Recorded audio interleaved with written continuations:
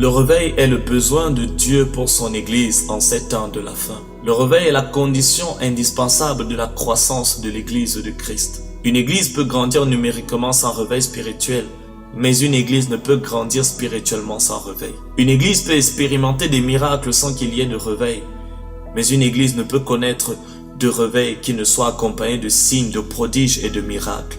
Les canaux du réveil peuvent changer, mais les instruments du réveil seront toujours les mêmes. Le réveil est apporté par l'Esprit et porté par les hommes de l'Esprit. Le réveil descend toujours d'en haut et ne peut venir d'en bas. Lorsque le réveil se produit dans la vie d'un berger, il se reproduit dans la vie de son troupeau. Quiconque expérimente le réveil devient un canal du réveil. La vision est le commencement du réveil. Le réveil commence par une vision du réveil en nous et à travers nous. Une église qui enferme le réveil tombera dans la tradition, la religion et la routine. Le piège de ceux qui expérimentent le réveil et qui le perdent, c'est la satisfaction. Un réveil qui n'est pas entretenu s'éteindra comme le feu lorsqu'il n'y a plus de bois.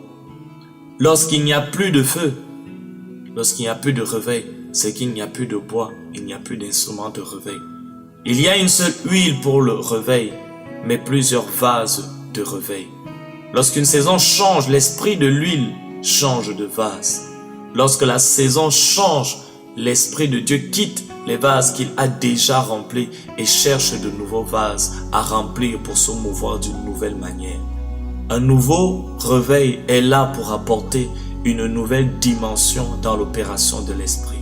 Ne serais-tu pas ce nouveau vase? Tout nouveau réveil est manifesté par un vin nouveau dans la révélation de la parole et dans la mouvance de l'Esprit.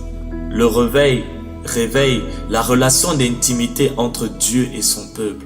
Le réveil réveille la vision et la mission de Dieu pour son Église. Le réveil réveille et restaure l'adoration de l'Esprit dans les cœurs.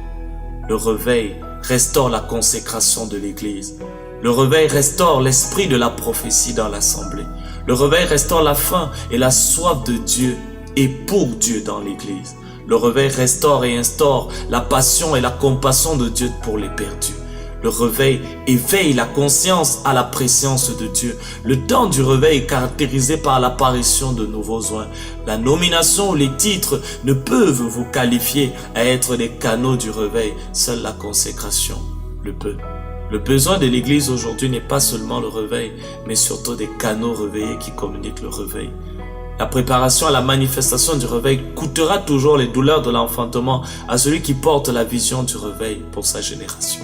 La séjourne de Gethsémane et de Golgotha est le chemin obligatoire et incontournable pour quiconque porte la vision du réveil pour sa génération.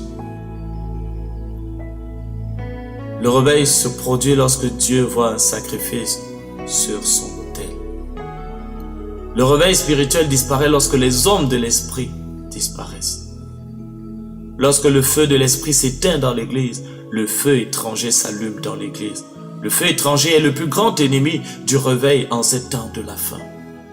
Le feu étranger, c'est l'apparence extérieure d'un vrai réveil, sans les fruits intérieurs d'un vrai réveil. Le feu étranger est caractérisé par la manifestation de la puissance de l'esprit, mais sans la manifestation de la vie de l'esprit. Un vrai réveil modèle et transforme les membres de l'Église en disciples et les disciples en agents de réveil.